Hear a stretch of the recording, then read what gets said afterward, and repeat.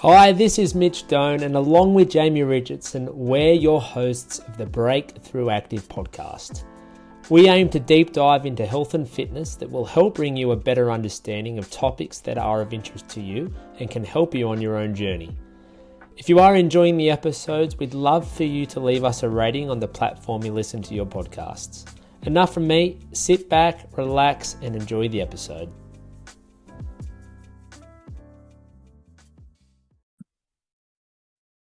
Hello and welcome back again to the Break-Thru Active podcast. I am here with my co-host, Buddy Franklin from the Sydney Swans. Grand final time. Cheer, cheer, the red and the white. Obviously, I've got rid of the Sharks singlets and whatnot because pack of losers they are. Yeah. I'm only on good sides. I'm a die-hard Swans fan this week. Up the Swannies in the grand final against Geelong. Let's go. Anyone not watching who's just listening, Steve has his Swans jersey on. He's burned all his Shark ones. They're out. They're done. So I'm rocking the Swans now. I only wear champion teams from now on in. So here we are, grand final week. Yeah, a couple of days before AFL grand final. Very exciting. And what do you reckon they'll win? I don't know, man. I think Geelong's a pretty good team, to be honest with you. I've watched a little bit towards. I'm not the biggest AFL fan, but I've watched a little bit heading into the finals and whatever. And I've watched some of the playoff, the finals games, and judging by the way it's gone, Geelong have just dominated 2 games, and I don't know. I think the Swans might be up against it here, but we'll see. It was a really exciting prelim. Oh, I was watching it, and they were up by 36 or something at one point, and then I kind of wasn't even paying attention because I thought they'd got it in the bag, and then they had a few goals in, and it was 24-18, and then I was like, holy shit. I was really nervous in the end. The last 2 minutes were very tense and very exciting. I honestly believe if it went for a minute longer, then Collingwood would kick a goal. Yeah.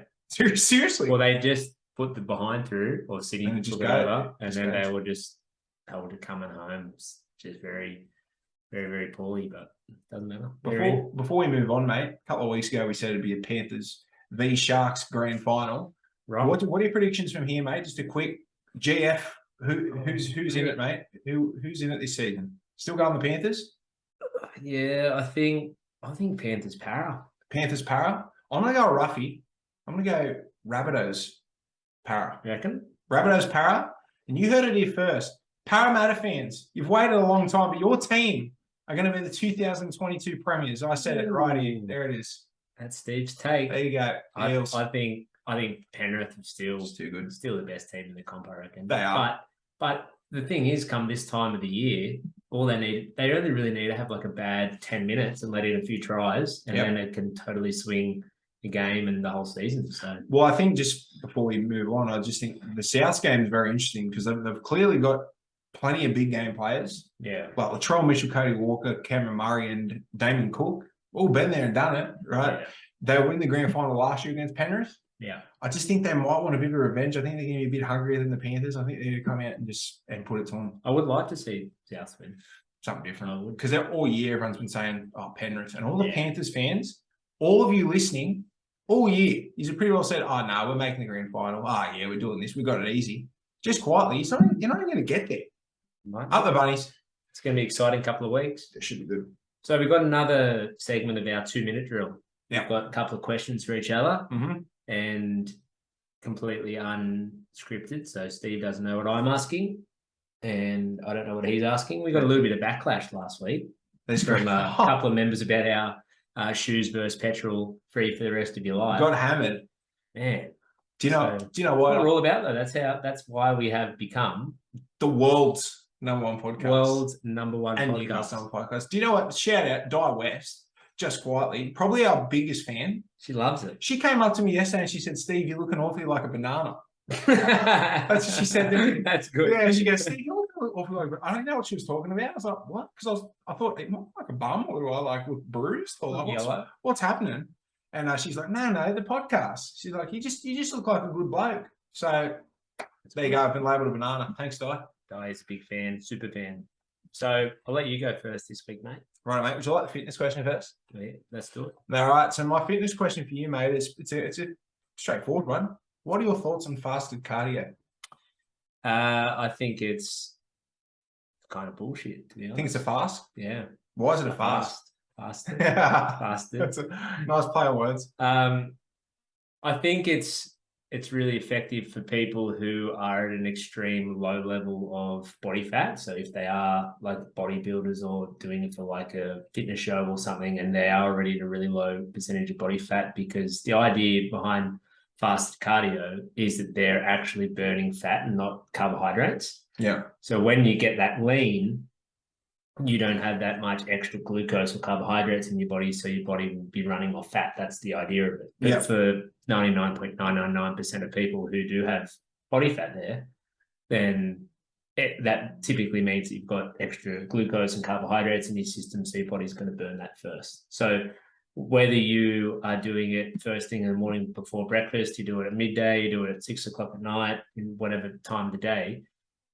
in my opinion, it's all kind of going to end up the same, unless you are at that extreme low level of body fat, which a handful of people are, in the world. Yeah. So you highly recommend before any workout just have something in your belly, you reckon? Yeah. For the most part? It's a bit of a preference thing. Like if people ask, I say, have a half banana or have a piece of toast or something, piece of fruit, anything.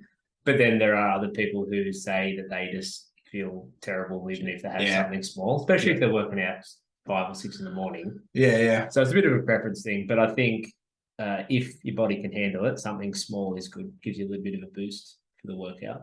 There you go, people. I always say have a banana. Yeah. Just before it. Just something small. Nothing's going to fill you up. Just something to get you kick started for the day. That's it. And it does depend what you've done the day before as well. Like if you have eaten well the day before, if you're hydrated, because sometimes that can be when you feel sick, or you might feel a bit lightheaded or sick in the guts if you're eating like crap the day before, or you've been dehydrated. So there's a lot that comes into it. But I think a banana or some sort of piece of fruit or something small is good. Pretty sufficient. Yeah.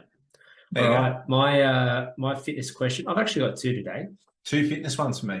First one, which I'll ask: what do you think the easiest healthy meal to prepare is? The easiest healthy meal to prepare. And healthy is in quotations, but something that most people consider healthy. So something that's convenient and easy. Well, I said last week that the overnight oats is pretty convenient and pretty easy. But I think like something that's really easy to do, I think just during the day, it's a go-to of mine. I've done it for years. It's more of a snack than an actual meal, and it's just simply like crust gets all like the round corn thins. Just a bit of tuna, a bit of avocado on it. Yeah, that's it. Like just something like that. You can like obviously put as much tuna or as much avocado as you want. Obviously not like copious amounts, but I just feel like that's pretty easy to prepare. Just to take with you to work, or have in the morning before you go train, or something in the afternoon, just to make sure you're still getting a bit of food into you. So I don't know why my head just went to that. Well, my thought is tuna and rice. Oh, okay, so similar. Yeah, like microwave rice, or you've somehow got like a batch of rice prepared. Yeah. But the tuna, you don't need to keep it cold. No. Like you don't need to, it stays in date forever. So you can have it sitting on your desk at work for weeks and it's not going to go off. Yeah. Same with microwave rice. And most people are going to have access to some sort of microwave. Yeah. So they can make that. And it's like 2 minutes to prepare. Like as long as it's microwaves 40 seconds for the rice, whip your tuna out and you're away. And I think it's important that people have something that is quick and easy, that is a go-to if they need it. Yeah. Because not like you're going to have it every day for lunch or even for a snack, but if the time calls for you needing something quick and easy and healthy, you've got something at your disposal. Yeah, just off topic a little bit. What are your thoughts on having a protein shake just as a quick whooshka, quick fix? Good. Yeah, I purposely didn't say that because it's like the easiest. Yeah, it's ultimate convenience. But I think it's good for, again, the same sort of situation. If you don't have a lot of time and you don't have resources available, maybe you don't have a microwave, you're on the road or something, because the alternatives to that is junk typically. Yeah. But I wouldn't say for people to have that, for breakfast every day, but if you need it, a bit of protein, a bit of water, and you're off. Because it's quick, easy way to hit the targets for the day. Pure protein. So that's something that I've always got protein in my cupboard, and if I'm ever out of food or whatever, can go to that one quickly. Nice. I'm going to give you a choice here, mate, like I did last week. Mm-hmm. something breakthrough related. Something it's of an opinion related. Another one is just talking about yourself, and another one is talking about a specific sportsman. What would you like to answer? Let's do breakthrough. Breakthrough. All right. So this might be a little bit hard, and you use up the whole 2 minutes. I know. I can't answer it because this might take longer. So this is purely you. Okay. If you could make a Break-Thru Active movie, who would play each of the trainers? There you go. That is such a funny. It's a hard question. Yeah. So you can say anyone. So for example, you don't have to say, oh, okay. You can say anybody that's somewhat famous. It can be anybody, but someone has to play each person. We were talking about him just before, and I don't know why I've thought of this straight up, but I think Jamie would be played by Jim Carrey. Do you reckon? Just because he's like a bit, listen up. It's like a bit always on the go. Jim Carrey has to shave his head. Yeah, clearly. Yeah, of course. If you're trying to look like Jamie. Yeah, right. Well, Jim could do that. He'd shave his head. I'm not good with actors. What's the dude's last name? Jason Momoa. Yeah, he's got the same sort of body shape as you. So you reckon he'd just shave his head like... No, for you, I mean. Oh, yeah, shave his head like Steve, eh? Yeah. There he is. He's got like longer hair, right? Pretty well Aquaman. Yeah, Aquaman. Jason Momoa. That's a big rap, mate. Thank you. You're welcome, mate. Thank you. That's what I'm here for. Give you the feel goods. Oh, please. Jim Carrey, Aquaman. The girls. Guys. It's a toughie. Can I pass the girls over to you? I'm not. All right. I'm trying to think of people who kind of look. There was the girl who. It's a tough actress who had quite a few members say that Birdie looks like. Who's that? Alison used to always say it. I can't remember. Who'd play you, mate? I've said in the past, you said you rate yourself as a bit of a Hugh Jackman. Of course. Oh, yeah. Stop, please. I would love Hugh Jackman to play me. So Hugh Jackman, good cast. Hugh Jackman, Jim Carrey, Jason Momoa. It's must see so far. Who's the girls? But the girls is tough. Like, because I think. Do you reckon Kelly could be like Katherine Heigl? Whatever. She could play Catherine. Sort of like Catherine could play her. Sort of just like a pretty fierce. Yeah, like, she could play her. Fierce woman. What about Brody Griggs? Brody and Rach kind of similar look. What about just because they're similar looks? Don't worry about how the actors Selena look. Gomez. What about the Olsen twins? Just the Olsen twins play. Done. Aren't they drug addicts? I don't know. It's all good. They look good. The Olsen twins. Perfect. Yeah, look at that. That's a great cast. And I'd watch it. The Olsen twins, Katherine Heigl, Jason Momoa, Hugh Jackman, Jim Carrey. Come see it. The Break-Thru Active movie.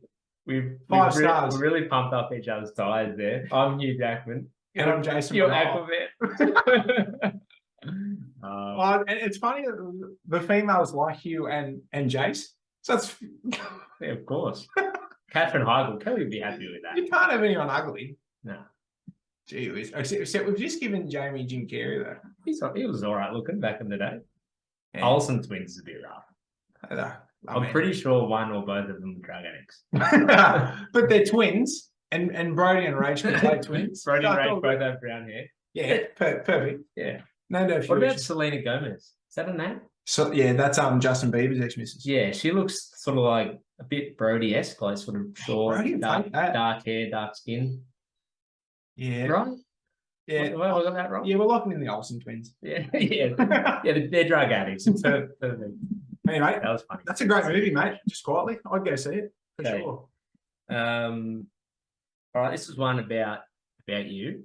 What was your first memory of ever playing sport? So is this like actual like you playing like organised footy or cricket or? Oh, it's a great story, mate. Yeah, let's hear it. It's a great story. So I started playing footy a bit later in life. Like I didn't play like nappy grade or any of that. I started playing when I was like 9. I think 9 or 10, something really late. And I remember like I wanted, because I was the youngest in my family, my dad just like babied me to the stupid, he didn't want me to get hurt or anything like that. And I remember for years. It explains a lot. Yeah. I remember for years. You're a bit soft now. I'll give you soft. He said, I remember he said to me, he said like, I came to him and said, Dad, I want to play football. And he just wouldn't let me play. And then eventually one year he said, I don't know why he said this, but he said, if you can run one lap of the street, I'll let you play. And I was like, no problem. So I ran the lap, no dramas at all. Remember first game. So most of my team had played the year before and I hadn't played yet. So my jersey was a bit late. I still remember. And this was very first game. I came off the bench and I wore a white t-shirt. Right. So I wore a white t-shirt off the bench. Dad was stressing out. Thought, what color was your team? Blue. Not even the same color. Blue. So I was wearing a white t-shirt. So the target was on me. And I remember Dad like freaking out, going, he's going to get hurt. He's never played this before, blah, blah, blah. Went on to score 2 tries on debut, 10 years old, barged over the line twice. And then from then on, Dad was sweet. It's just like, he's all right. So that was my first, that's my first memory of scoring 2 tries in my first game.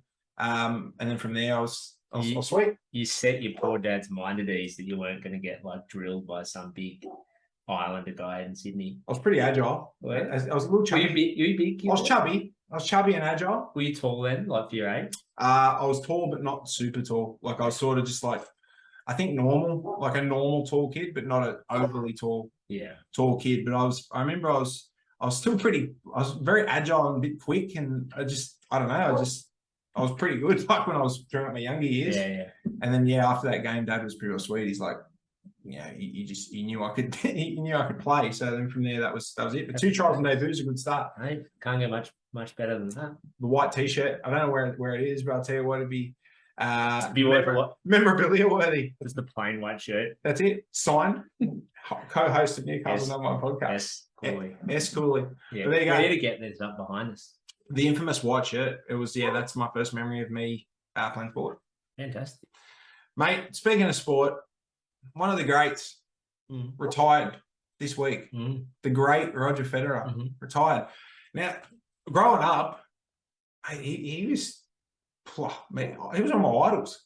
Still is. And he still is. So the question I'm asking you is, what tier do you think Roger Federer ranks in terms of all-time great sportsmen? Like the top tier. Top tier? Yeah. So you think he's up there with Jordan and Ali? Yeah. That high? Yeah. Well, I think he's the best or the most renowned tennis player ever. And tennis is one of the most like globally played sports. Have you heard of Bernard Tomic? Hey guys, just very quickly, if you have been enjoying our podcast and you've been watching us on YouTube, I would love for you to subscribe to our channel. If you've been listening to our podcast, give us a follow, give us a 5-star rating on Apple or Spotify or wherever it is that you've been listening to us. It really helps the channel grow and I would be extremely appreciative and grateful if you took a moment to do that for me. Okay, that's it from me. Enjoy the rest of the show. He's up there too. Go Bernard. Shout out Bernard. Hope you're doing well. Like you've got like he's more famous than like any rugby league player, but any like rugby player. Yeah, I think. Obviously soccer, basketball, but like soccer, basketball, tennis, golf, like they're all the sports that are played globally. Yep. And I think anyone who lives in like the Western world would know Roger Federer. Yeah, I agree. And even though we've had this debate about like, is he the best of all time, but he's the most well-renowned, I think. Tennis, easily. Because he's at this point in time. When people think tennis, they think him. Yeah, so I think he's up there. Number one? Maybe not. Top tier? Top tier. Top tier. Oh, I'm gonna respectfully disagree with you. I'm gonna say second tier. Get off. Leave. I'm gonna say second tier. Now, the only reason why I say that is because there's only a few people that are tier 1. And I think that's Michael Jordan, tier 1. I think Muhammad Ali is a tier 1.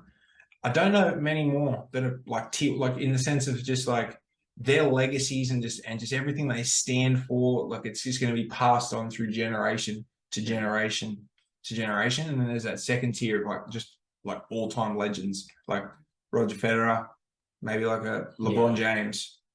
Golf is like, so Tiger Woods would be top tier. Reckon? I think Tiger's top tier. Depends how. If you had have said like there's only 3 people allowed in the top tier, Tiger, I wouldn't have had Federer. But if it's just like what we didn't discuss, how many? Yeah, but I just think people like someone like Jordan and Muhammad Ali are probably just that tier above because they're sort of like I don't like using the term godlike, but it's almost like they are of sort. They're like some sort of god in some way. I think I was sort of coming more from the thought of like who is the best, because there's probably a soccer player in there too. Yeah, like who? Is it Pele? Like I'm not a soccer person. John Aloisi. Yeah, of course. But I was sort of thinking like tennis is a global game. Federer for sure. Of that, so it could be top tier. But I agree with what you were saying too. Yeah, their messages transcend like people further than sport. They've got like a message that the world can. Well, Jordan's still very relevant, and he's been retired for 25 years. Look at that, yeah. So I think I just wanted to do something different there. I was like, I sort of wanted to think outside the box. I thought, Federer's probably tier 2 for me. That's what I think. All right. Next up, if you could live in another country, where would it be? It'd have to be the States. Just pure. Just I've never been to America before. See you moving there, and I'm always been keen. And I'd probably go. The first place I'd go would be probably New York City, just because I like the hustle and bustle.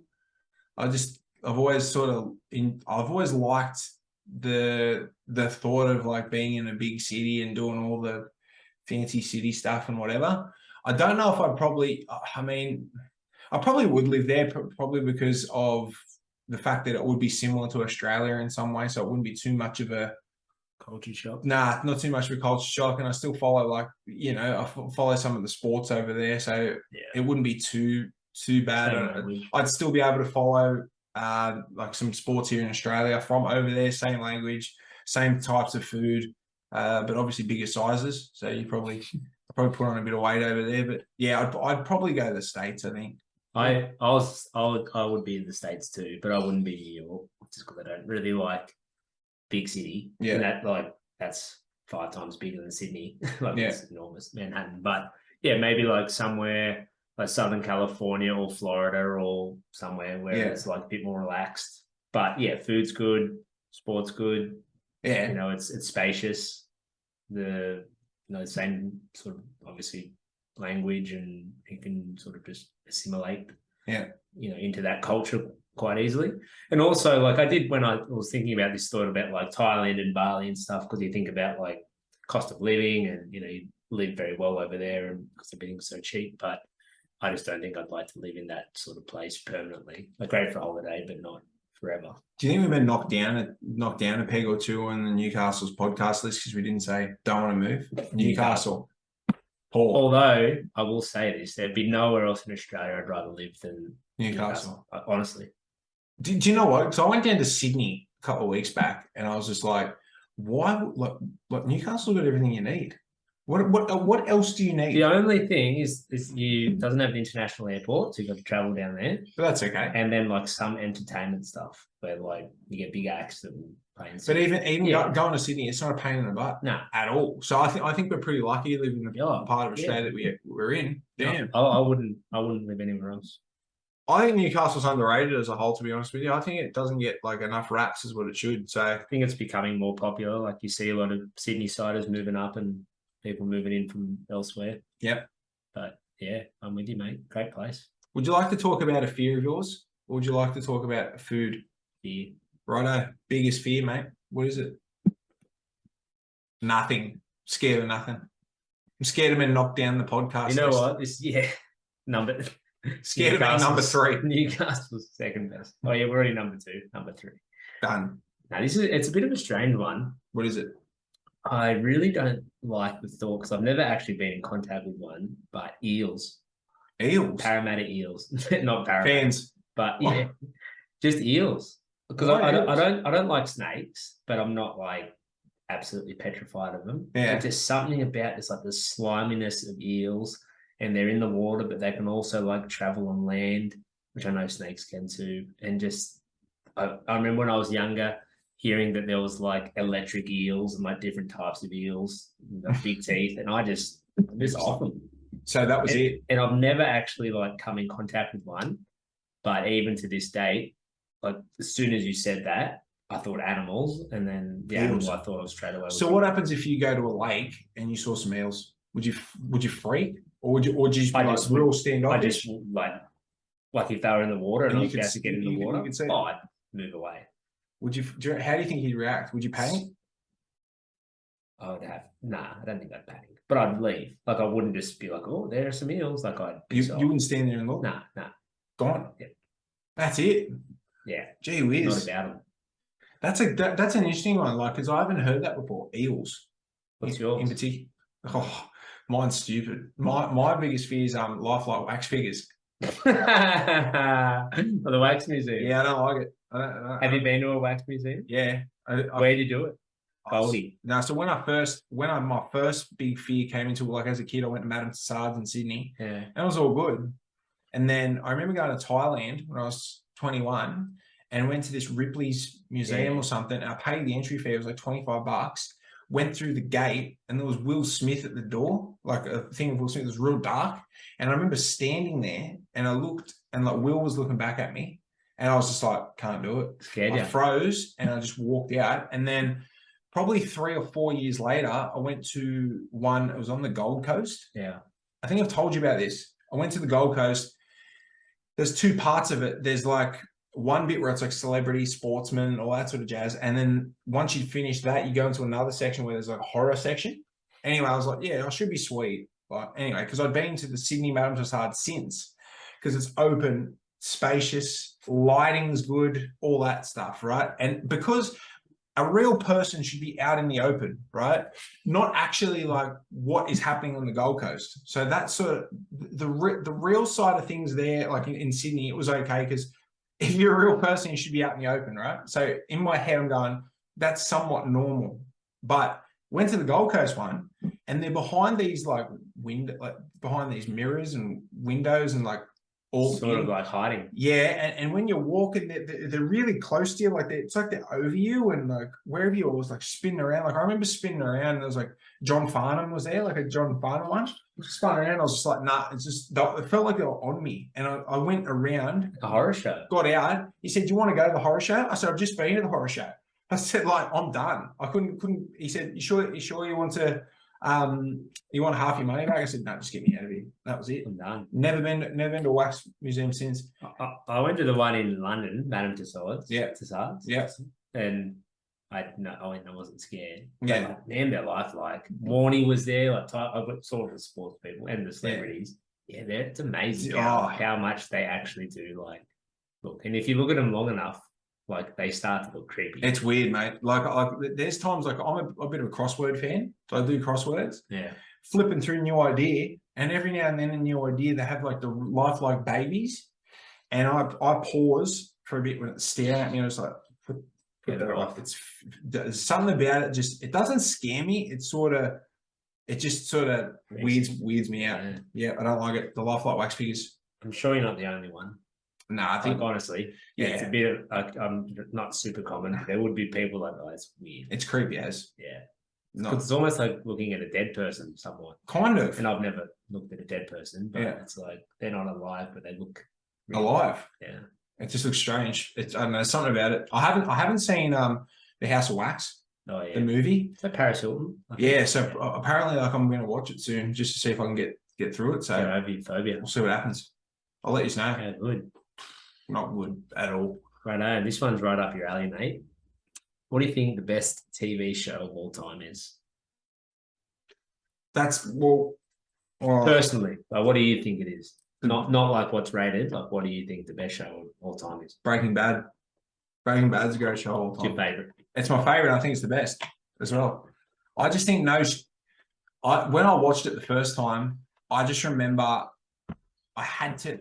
Like I was addicted. Like I've never been addicted to a television show ever. Like it was like I was taking the blue meth, but for like the show. And like people would be ringing me up sometimes saying, like, are you doing something on the weekend? I'd be like, oh, I am, flat out. And here I am at home watching Breaking Bad. And like by the end of the episode, I had to go to the next one. Because when I first picked it up, there was 2 weeks until the last season. So when I first started watching it. So I was binging it hard. And it was so easy for me to binge 5 seasons. But in regards to, I think Breaking Bad is probably the greatest show of all time. I mean, like, I've never seen somebody go from one person and be a completely different person by the end of the entire show, and then leave like an absolute trail of destruction around them. Awesome show. So, yeah, I just think it does something to you when you're watching it. It sort of I don't know. You're just on this journey with it with Walt. I watched it. I binged it in like 3 weeks. Yeah, yeah. And you really like form that connection with the cast. Yeah. Like any good show does that, I think. But yeah, I remember just the feelings having towards Walt, like just and the changes that you have. You're kind of rooting for him, but then he just turns pretty much pure evil. Yeah. And then you've got Jesse, who kind of was the delinquent at the start, and then you start to like feel for him. Yeah. But I think that's my favorite like drama show. But the one I actually had was Seinfeld or The Simpsons. Oh yeah, cool. Oh, yeah, Seinfeld because quote like only 9 seasons, but it was all done in like the 1990s. Yeah, and it's been done for 20 however many years, and it's still like really popular, still quotable. Yeah, everyone knows the characters. Yeah, like those 4 characters are as famous as probably any 4 characters in anywhere. Yeah, and then The Simpsons is kind of the other way because it went for like 30 something. Still going. Is it still? It's still going. So it's 32 because it started like the year we were born, 1990 or 89 or something. Yeah. So it's as old as we are and still going, which I think is just absolutely incredible. Because I loved it, but I kind of stopped really loving it like season 10 or season 12. Me too. Which means like the last 20 seasons I haven't really watched much, but it's still going. I think there's an argument. I think like the first 10 seasons of The Simpsons, you could probably say it's the greatest TV show ever. Oh, great. Top like all the great episodes. All of them. The first 10 seasons. Like, to be honest, like if you've never watched The Simpsons before, and I said to you there's 32 seasons, I could say to someone, hey, just watch the first 10, you don't need to watch the rest. Yeah. You don't need to watch the rest. No. And probably almost like the first 5 or 7, and you'd be you're set for life. You're set for life. But yeah, you're right. With you touched on something with the Breaking Bad thing. The reason why I think it is probably the greatest is because whilst Walter is doing all these bad things, and he's been such a prick and a dickhead about it all, you still can't help but root for him at the same time. It's even though you can see how horrible of a person he is, you're like, I'm still rooting for the baddie. I'm still rooting for the guy. And then like Jesse at the start, Jesse's like the delinquent where you're just like, he's just no good and whatever. But then in the end, he's like the heart of the show. So it's like pulling the heartstrings. It does weird things to you, Breaking Bad. And yeah, I think from start to finish, it's near perfection. It's close to perfection. I haven't watched it, but apparently Better Call Saul is like unreal to Red Hot. I haven't watched it either. One of my mates has watched it, and he's watched Breaking Bad. He said it's not as good as Breaking Bad, but he said like it's pretty damn good. Pretty damn good. So that'll be my next watch, I think. But yeah, I think Breaking Bad, unanimous for me. One more each, mate. I got something now. Like I see it all the time on social media. It drives me insane. I don't know why it does. Smashed avocado, like smashed av. People seem to like go to cafes, order smashed av. And they're like, oh, this one's Instagram worthy. Smashed avocado. Why is that Instagram worthy? Now I'm asking you, mate, have you had smashed av? Yeah. Is it worth the fuss or is it purely for socials? No, I love avocado. Like I've always got avocados here at home. Yeah. But nah, not worth the fuss. But tell me why on earth people like have avocado on toast and feel the need to post. Is that just a thing saying I'm eating healthy? Like I don't know. It's been like a running joke for like the last probably 5 years. Smashed out. And I can't remember who it was, or if it was just like a collective thing when houses were starting to get really expensive, and one of the politicians said, it might have been Joe Hockey actually. Big Joe Hockey. Big Joe. Yeah, he might have been him. He said, "Oh, stop eating your smashed avocado on toast, and you'll be able to afford a mortgage." Is that what he said? Something like effectively that. Like if you stop eating that, you'll be able to afford to buy a house. Yeah. But yeah, it's almost just like in these sort of more. I don't even know if it's beachy towns. I think it started as like a beachy thing because avocados are a bit like tropical. Yeah. But now, like, obviously, you see it in just about every cafe. But it just became popular. It became like a cultural, societal thing where it was like a cool thing to eat. Yeah. Similar to like smoothies, like before that, smoothies became popular. Yeah. Like greens, not even like some sort of fruit smoothie. Yeah. And maybe it is because it's like an element of health and the avocado's green and it's like, well, #health. Yeah. But it's not really that healthy when you're having it with so much other stuff on there. What are the chances of getting the old Weet-Bix Nutri-Grain and Chewy protein powder? It looks disgusting, by the way, but what are the chances of that doing the rounds? Nil. Pretty low. next to nil. Or going to a cafe and saying, yeah, I'm not sure if you've got this, but do you have have some Weet-Bix? Like, oh, we do actually. I'm like, oh, cool. I'm like, can you actually just get some Nutri-Grain in there too? Like, oh, okay. Yeah, I actually do have that. I'm like, oh, sweet. And then I'll get you to put a scoop of protein powder in there. But don't really stir it that much. I want it just a little bit clumpy so I can eat it and chew it. Like, see, you're on. I reckon this could be. It's just on the menu, third on the menu there. Do you reckon no joke? I reckon I could bring it into a cafe at some point. No, it's too shit. No, it's not can't shit. Can't be chewy. It's not shit. It's real good. You need something to eat. You need to shake the protein. You need something. I've done it before, but I need something to eat. Like I need to. That's what but I need something else. Like it's the gooey substance on top. It's red hot. It's real good. It's all about the texture for me. So that's why I need the gooey. You talk a lot of shit, mate. This is just another one of those. The gooey chewy protein. the gooey chewy protein. The gooey chewy Steve special. That's what I need. Just a bit of something. So you can call it the gooey chewy Steve special. That'd be nice. Steve's gooey chewy. That's the gooey chewy. Last one, and this is health related again. Yeah. Why do you think people hate burpees so much? Oh, that's a hard question. Why do I think that? To be honest with you, this is an honest review. Okay. This is why we're Newcastle's #1 podcast. Honesty. I'm not afraid to say the truth here, but I think sometimes burpees are hated because a lot of people hate burpees, and it's a good way for everybody to bond over that hate. Like they do suck, but I think they're universally hated because like they're really tough. But because it's just one of those things where people go, I hate burpees, and then they hear about it all the time, and they're like, you know what, I could join in and say that because it is they are sucky. Yeah. But it's just a good way to sort of bond with people over the pain of the burpee.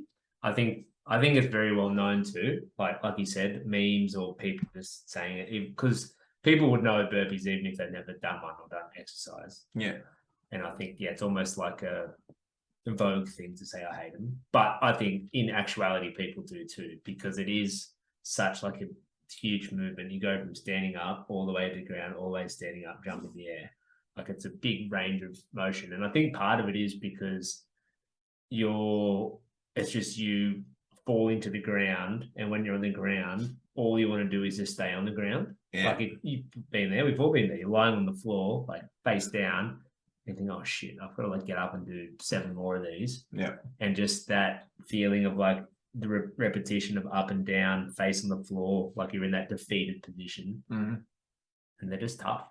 Yeah, I agree. They're hard. But I think it's also like a popular thing that people hate burpees. It's a good way to bond. It's always a good way to bond over pain. I think it's the same with the bike. Like the bike stinks. Like the bike's hard. And I think like those things that are really hard, they're good to bond over. Yeah. It gets people together. Yeah. They're like, this stinky bike. Yeah. And like someone else like, they definitely call it stinky. Yeah, it is. The stinky ass bike. That's what it is. Stinky ass bike. But yeah, no, the burpee's not a friend of mine. It's never been a friend of mine. It just takes it's too long to get down, and it's too long to get up, but I give them a crack when they're over. When we used to just have our boot camps before we got like cardio machines, we used to do them all the time. Yeah. Like up at Curry and boot camps in Newcastle. And I used to join in a lot. I got like really quite good at them because I just did them so much. Yeah. And I think all our members did too, because like it was probably every second day like we'd be doing burpees. Yeah. As opposed to now it might be like once a week. Sometimes not even. Yeah. Yeah. I don't think we're doing burpees that much, but yeah, I actually do remember that. Like back at Curry, Cessnock, Walls End. Elmore Vale. All of them. Edgy. Yeah, there's tons of burpees in there. Yeah, every second day we'll be pulling them out. And if you do something enough, you're going to get better at it. Yeah, I agree. They still suck. But yeah, it's a good way, like all those hard ones like the bike and burpees, I think, it's a good way to bond over torture, I think. Okay, we'll leave it there. Let us know what you think. I'm sure there'll be a couple of disagreements. Go the Swans. Can't disagree with that. Big Swans fan. Thanks for listening, guys. Thanks, Talk guys. to the next one. See ya.